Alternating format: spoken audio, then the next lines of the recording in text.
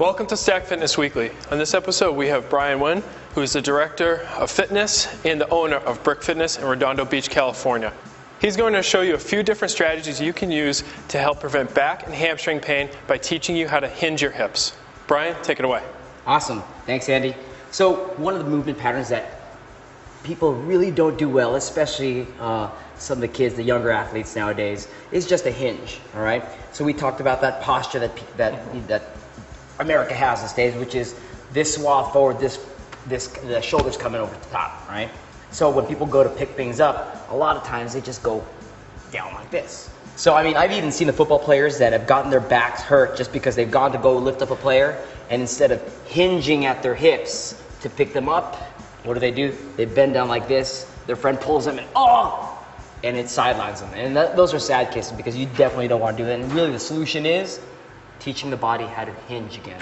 So notice this ugly bend over, this wonderful bend over, right? And just that hinge pattern.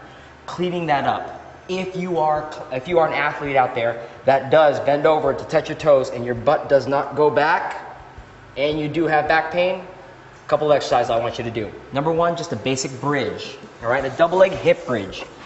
In this position, you're gonna lay down on your back supine. Be able to touch your heels with your fingertips, all right?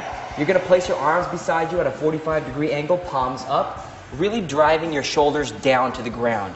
That's gonna establish that posterior chain, that backside to the ground. So that's locked in there, right, Andy? Absolutely. Good. So from here, Andy, you're gonna bridge up, push these knees away from you, and that's gonna create that tall bridge. So again, not so much hyperextending where you up and go really far, but just keep pushing the knees away from you. Breathe in and exhale, push the knees away. Try to hold that bridge for as long as you can breathe out, really activating that backside. So right now, Andy is full on turned on his backside. Strengthening that backside will allow this hinge to actually happen. So notice this hinge is being grooved in. So this is a bend, straight leg, straight back, hinge. So again, for me from the top, this is what he's doing. He is hinging and straightening. Don't you love this parallel look? Hinging and straightening. Again, this is a grooving of a pattern. So please feed your body this like breakfast, lunch, and dinner. 3 times a day, 3 sets of 20, all right? Feed the pattern. The body has the pattern, all you gotta do is unlock it, all right? That's one way to get the hinge done. So the second exercise I really love to correct this hinge pattern is called a goat bag hinge.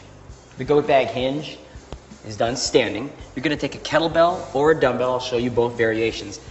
Hold it upside down by the horns, pull that kettlebell right here into your sternum, very nice. When you pull, you are pre-engaging that backside, just like we did with our bridge, okay? It's very important that you do pre-engage that, and you notice how everything kind of fired up, the butt and everything. So from here, stay in that tall position, and all I want you to do, Andy, is just push your butt back as you bend forward. Yep, just like a crane, right? So when the crane goes over to go lift something up, its back end has to go back to stabilize that lever. Very nice. You'll feel a lot of that stretch happen here in the hamstring.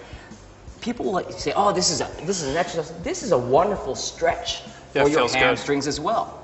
As you do more and more of it, you'll notice that you're actually able to get lower and lower. People say, "Oh, I just got to stretch my hammies. I got to stretch my hammies."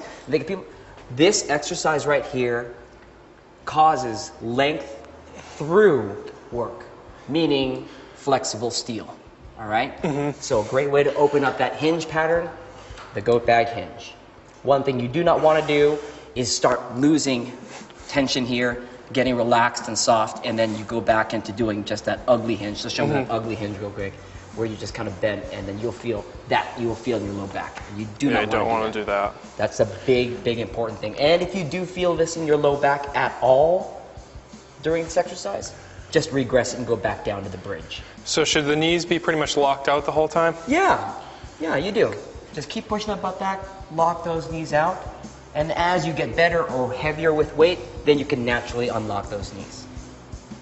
Most important thing, just keep pushing that butt back. Awesome, Andy. I do feel like I'm getting lower.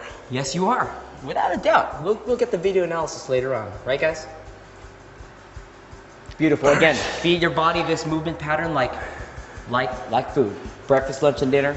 You know, if you know you're a bad hinger, if you know you have back pain, continue to do that. I guarantee it'll clean up that pattern.